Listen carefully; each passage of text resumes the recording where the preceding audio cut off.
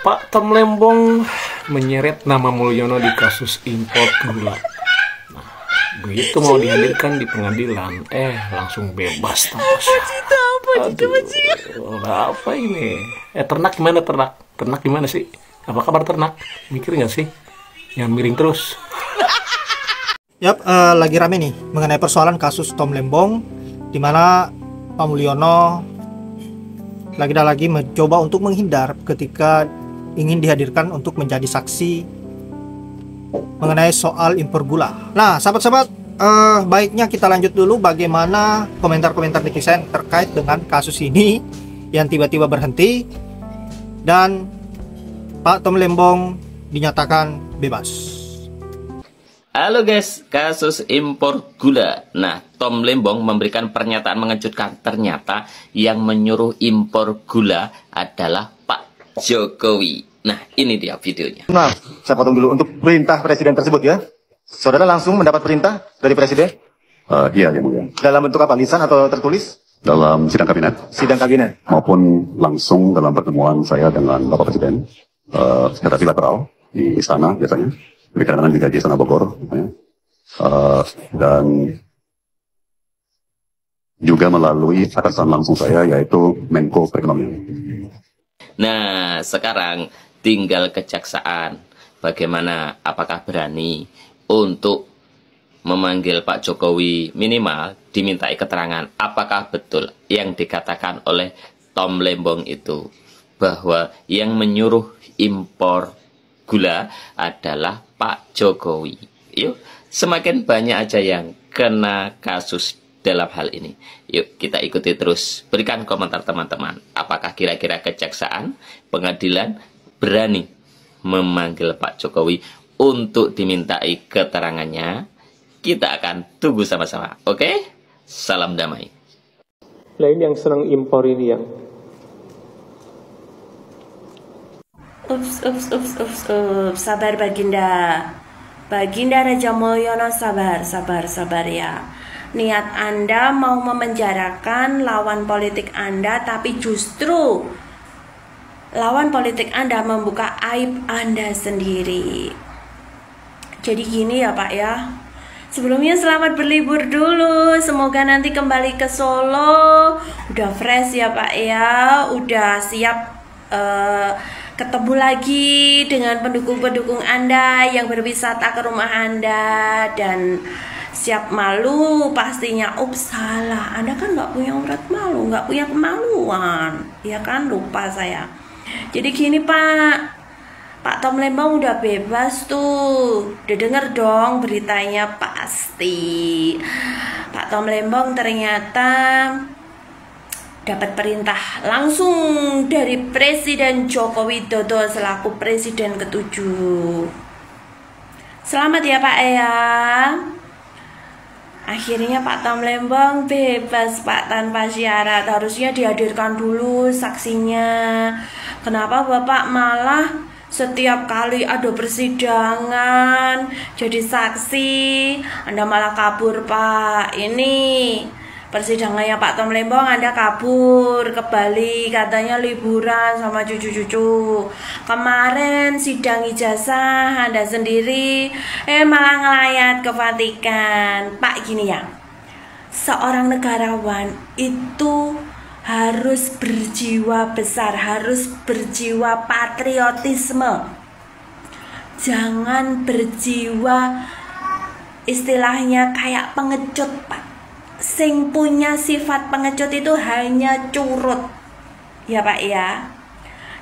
Kan Anda tahu nih, seharusnya tahu dong, Anda kan seorang politikus juga katanya, Anda kan juga mantan presiden, harusnya berita-berita berseliweran itu kan datang gitu ya Pak ya. Info-info itu kan Anda punya sisik melek juga banyak, informan juga banyak, pas pampres banyak, harusnya ngasih tahu dong Pak. Pak, besok Pak Tom Lembong mau sidang loh Pak, ini Anda jadi saksinya loh Pak, itu harusnya datang.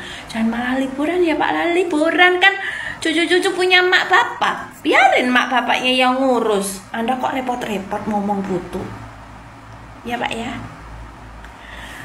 kasih selamat dulu Pak ke Pak Tom Lembong. Jangan lupa kirim parcel kayak kue, kayak buah, kayak atau karangan bunga. Selamat Pak Tom Lembong gitu ya Pak ya. Anjay. Kepada kalian yang pernah dikriminalisasi, yang dijadikan kambing hitam demi melindungi kepentingan orang-orang yang berkuasa. Saya ingin bilang, kalian tidak sendiri. Saya tahu rasanya ketika hukum tak lagi berpihak pada keadilan, tapi pada kekuasaan dan pesanan. Saya tahu rasanya ketika laporan polisi direkayasa, ketika dakwaan jaksa dibuat tanpa nurani, ketika keputusan hakim tak lagi berpijak pada fakta, tapi pada siapa yang paling kuat menekan dan membayar. Saya tahu karena saya pernah mengalaminya. Tapi saya ingin sampaikan satu hal penting. Kejahatan tak akan pernah benar-benar menang. Mereka mungkin bisa beli waktu.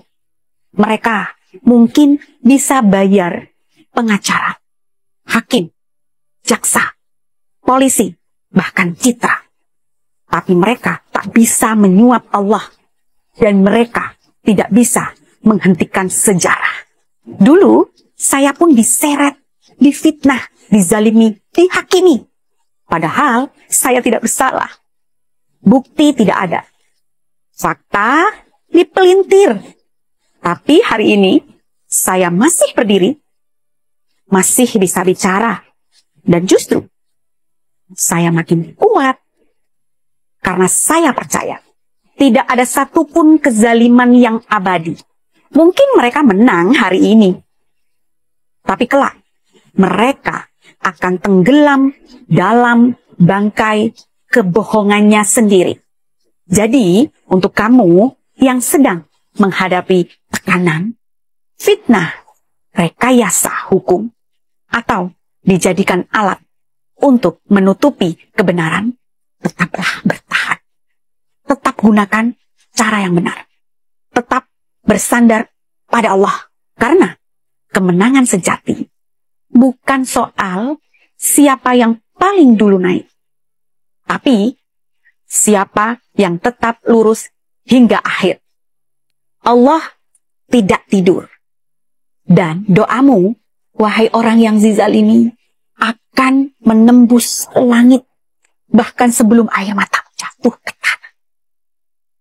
Jokowi kami kenal di Papua sebagai pencuri yang datang dengan satu bangunan, pergi dengan 1000 kekayaan yang ada di Papua. Kelakuan mencuri ini bisa terjadi kepada anaknya, si Gibran Rakabuming Raka yang saat ini menjabat sebagai Wakil Presiden Republik Indonesia. Oleh karena itu, kami berpesan kepada Anda semua, masyarakat Indonesia, untuk berjaga-jaga dan berhati-hati. Salam hormat untuk Anda semua.